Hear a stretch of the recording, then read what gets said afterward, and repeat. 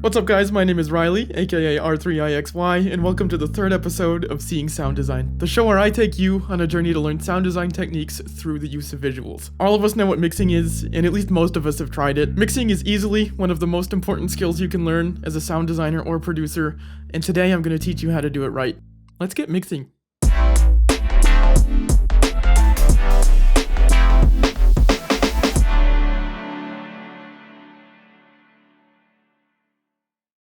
Imagine that you're starting the process of making a new song. You throw down some chords, put the instrument in a mixer slot, and add some effects onto it.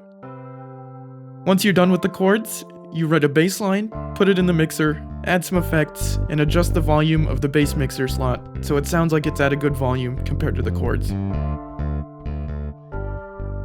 You repeat this process for any instruments or sounds in your song until you're done adding things. This method of mixing is really common among less experienced producers or sound designers, and while it might seem like there isn't anything wrong with mixing this way, there are a few problems that arise as songs become more complex and use more sounds. First off, when you mix like this, some things or most things will just be too loud. Because of the way human brains work, we tend to enjoy louder sounds more and perceive them as more exciting than quieter sounds. This is why we enjoy live music so much. The loudness of live music actually makes the music more enjoyable to our brains. This psychological response to loud sounds absolutely carries over when we're mixing music. When I first started making music, my mixes would often be louder than 0 decibels, and I would just throw a limiter on the master channel to keep it from clipping, which you should never do. Obviously, if a mix is pushing past 0 decibels, it's way too loud. But the loudness of these mixes tricked my brain into making me think the mix sounded better than it actually did. The reason mixes tend to get too loud when you mix like this is because you're mixing the elements in the song in the order that you add those elements to the song. This method does not at all account for how important those elements are in the song, it just accounts for what's already there. Another problem that follows the mix being too loud is the fact that some of the quieter elements in a song will get buried in the mix. When everything is fighting for loudness, all of the softer, quieter, and more delicate sounds will get pushed into the background and often be inaudible. Loudness is such a big issue in the music industry that there was an entire quote-unquote war about it that you should read about. So just to summarize, mixing this way is not good because it often results in things being too loud, doesn't account for the importance of the elements in a song, and usually buries quieter elements in the mix. Now that we've discussed the wrong way to mix, let's talk about the right way to mix. Let me preface this by making a point crystal clear. The goal of mixing is not loudness.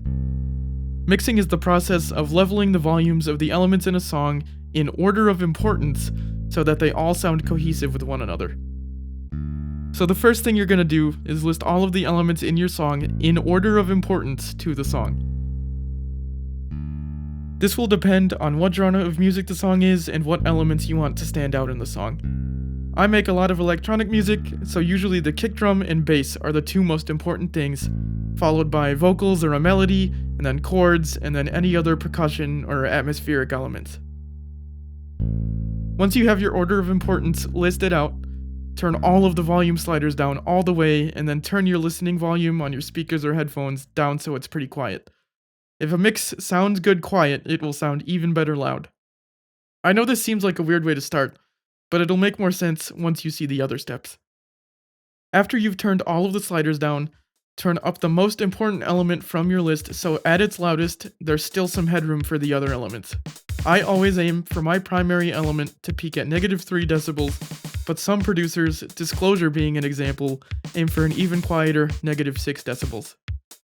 Once you have your primary element leveled, start slowly turning up the volume of the second most important element. But while you're turning it up, look away from your screen, or better yet, close your eyes. Closing your eyes helps you focus more on what you're hearing and stops you from worrying about where the slider is or the numeric value of the volume. You want to trust your ears throughout the mixing process since they already know how to tell our brains what sounds good. Once this element is at the quietest point where it sounds loud enough compared to the primary element, stop turning it up. Keep going down your order of importance and repeat this process, slowly turning up each element until it sounds loud enough compared to the more important elements. If you don't like how the end result sounds or think some elements should be louder or quieter, try rearranging your order of importance to reflect those changes, and mix it this way again. If you have any doubts about this method, I'm leaving a link to a video of a professional mixing engineer mixing Don't Stop Me Now by Queen in the description. Spoiler alert, he uses this method and uses an order of importance to mix the song.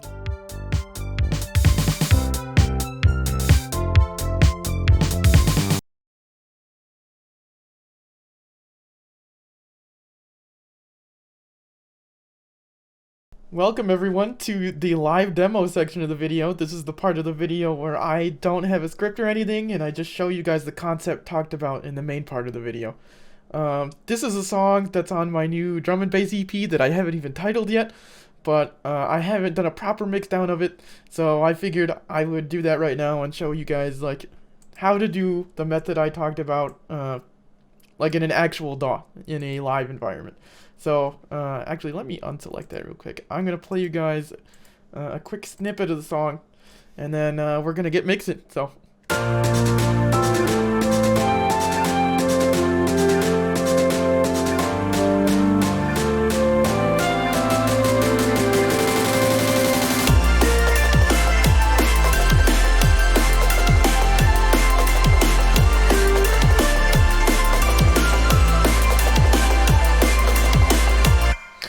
Alright, so, as you can tell, it definitely is not mixed all the way, but that's what we're going to work on right now.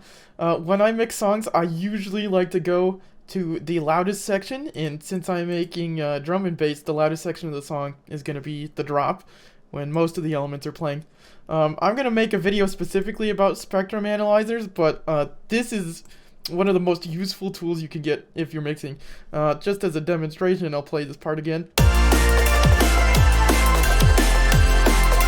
It is a very useful tool for showing what areas of the frequency spectrum are having issues or what need filled more, and I actually use it to properly level like my sub bass. In electronic music, usually you want your sub bass to be up here around this -30 line, and that's a tip I learned from a producer named Ahi, who has a YouTube channel you should definitely check out. He's got so many useful videos that actually provided me with all the knowledge that I make using to make this video. But we're going to use this, and we're going to start turning everything down. I'm going to move this down here just so I can see the mixer. Make this boy a little bit wider, and all of the elements that are playing as it goes turned down.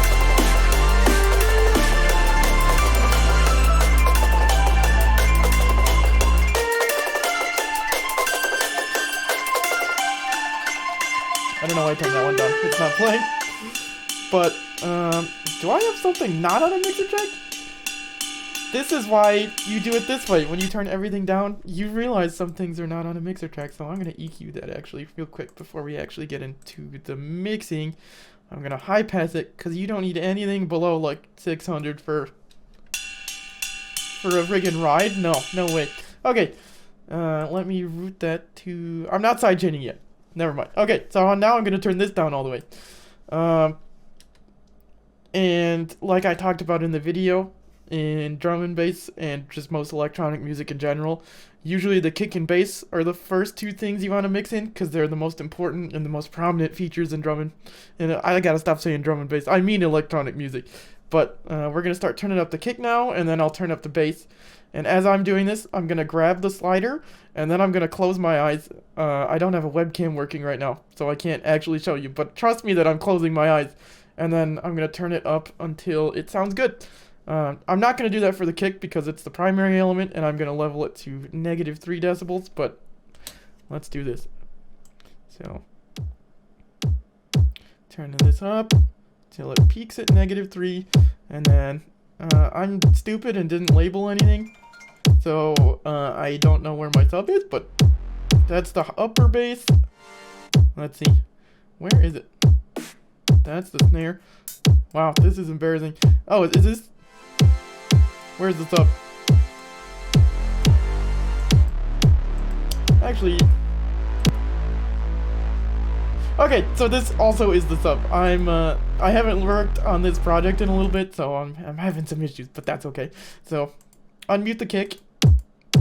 That's peaking at -3, and now we're gonna turn the bass up, and I'm gonna close my eyes and turn this up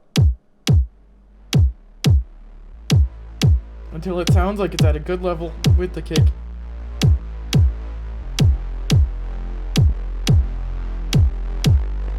Do it slowly because you really want it to be at the quietest point where it sounds good.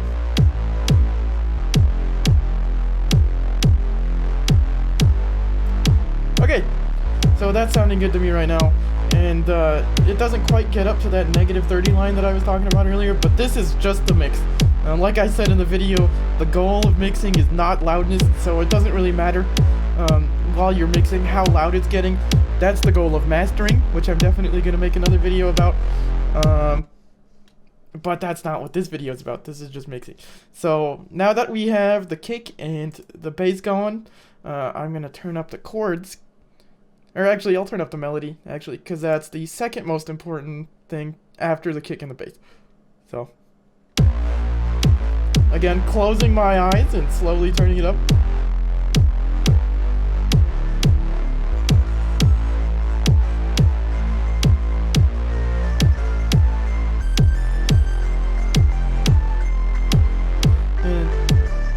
This is just a reminder that you can adjust after you get everything up.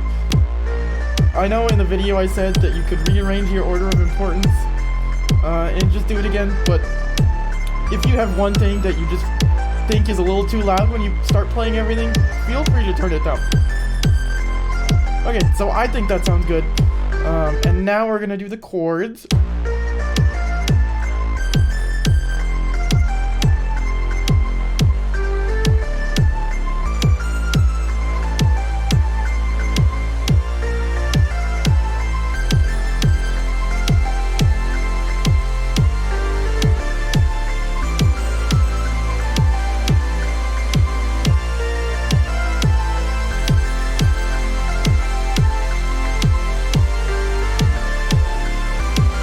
And now that we've done the chords, we have some other things. This is not used in the drop. And you see these ones that I didn't turn down yet? They aren't playing in the drop, so what you do to mix those in is you go to the other sections of the song and you play that, and then you mix them in when the quieter sections are playing. But usually most of the elements are playing during the drop, which is why you will usually do your mix listening to the drop. So let's get the next element going. That's like a arpeggio thing. I really should have labeled these. This is a percussion loop. So I'm going to tackle all the percussion next. We did this, we did this, we did this. I need to stop soloing. And we did that. And then this is the hi-hat loop we just put in. This Mr. Slot.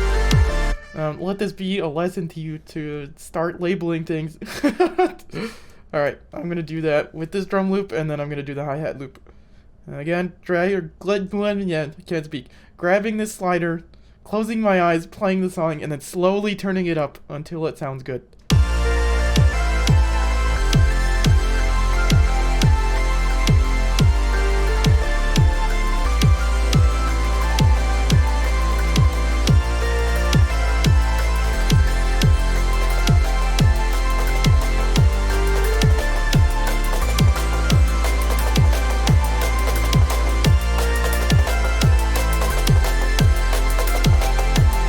Going on to the hi-hat.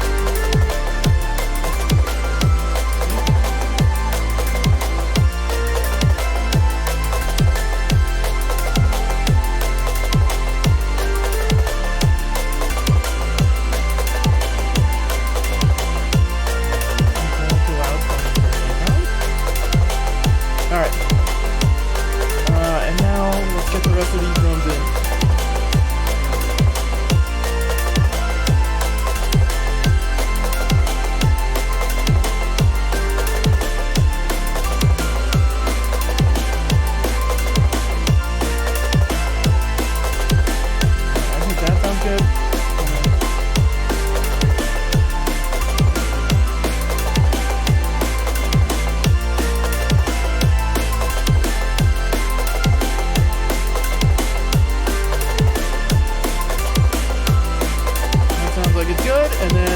There's a few other things that are quiet. This is an atmospheric thing that I'm going to level now.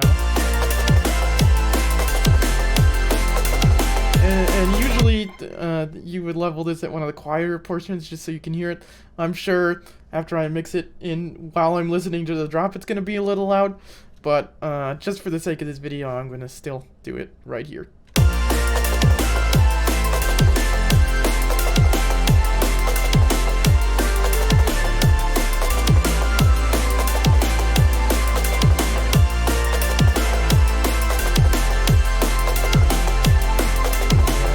I don't think this is playing at all. This is a marching campaign. It's just leaking a little in the beginning of the drop. Sorry, can't talk still. And then I have this ARP thing that I'm gonna add in now, like a background piano kind of thing. So I'm gonna unmute it and then slowly turn it up.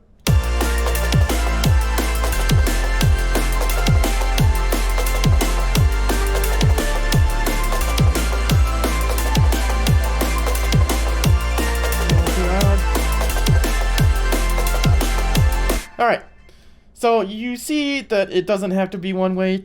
If your ears tell you that it's too loud and you need to turn it down, turn it down. I know in the video I only had it going up, but you gotta do what you gotta do to make it sound right for your ears.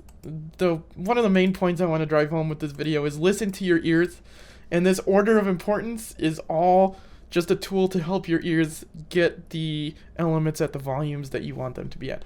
So now I'm gonna play this again. Now that it's mixed, I know some of the elements here are not mixed because I didn't mix them yet, but let's listen to it again and then that'll be it. So let's go. Yeah, that snare could definitely be turned up. I turned it down all the way, but just ignore that.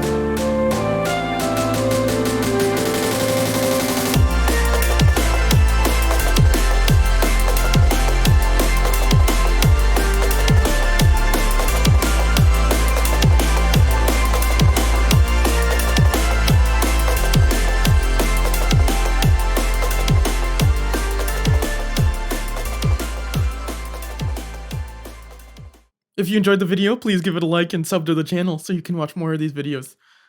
Have wonderful lives, and no dying, it's bad for you.